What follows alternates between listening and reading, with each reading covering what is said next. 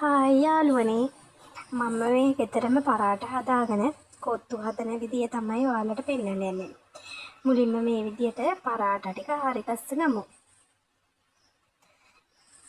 ඊට පස්සේ මේ පරාට ටික අපිට පොඩි පොඩි කෑලි වලට කපා ගමු.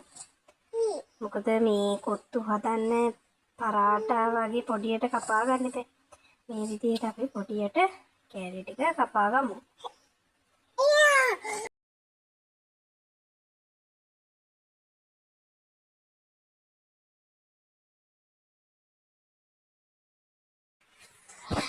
ඉඟුරු සුදු ලූණු කරපිංචා ලූණු ගෝව කැරට් ඒ ටික තමයි ලූණු ගස් ටිකකුත් ඕනේ. අපිට ඒ ටික තමයි අවශ්‍ය වෙන්නේ.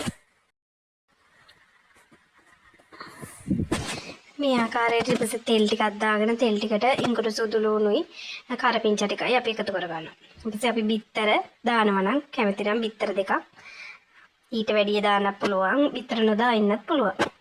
ඊපස්සේ බිත්තර ටික පොඩි පොඩියට කෑලි පොඩි පොඩි කෑලි වලට මේ වෙනකන් චුට්ටක් අපි බෙද ගන්න.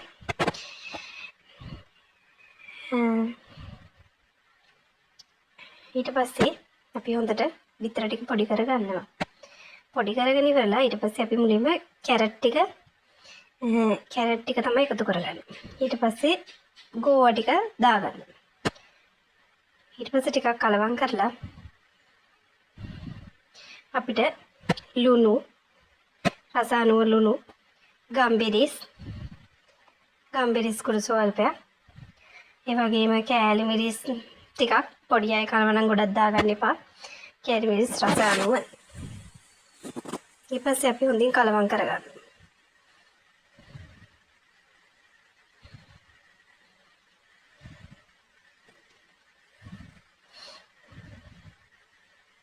ඊට පස්සේ අපිට පුළුවන් අපිට මේ ලූණු ගස් ටිකයි ලොකෝට කපාගත්ත ලූණු ටිකයි දාගන්න.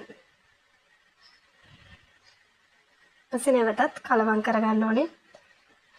අඩිය අල්ලන්නේ නැති වෙන්න. පාට අවශ්‍ය නම් කහ කුඩු සල්පයක් දාගන්න මේ වෙලාවට. ඒ කියන්නේ ලස්සන පාටට ගන්න පුළුවන් එතකොට අපිට.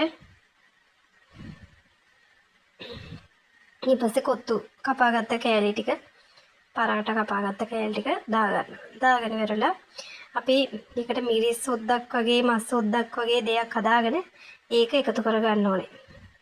එකතු කරගත්තට පස්සේ ඒක අපිට රසයි නිකන් එකතු කරගන්න නැතුව ඉන්නත් පුළුවන්. ඒකට එකතු කරගත්තම රසයි.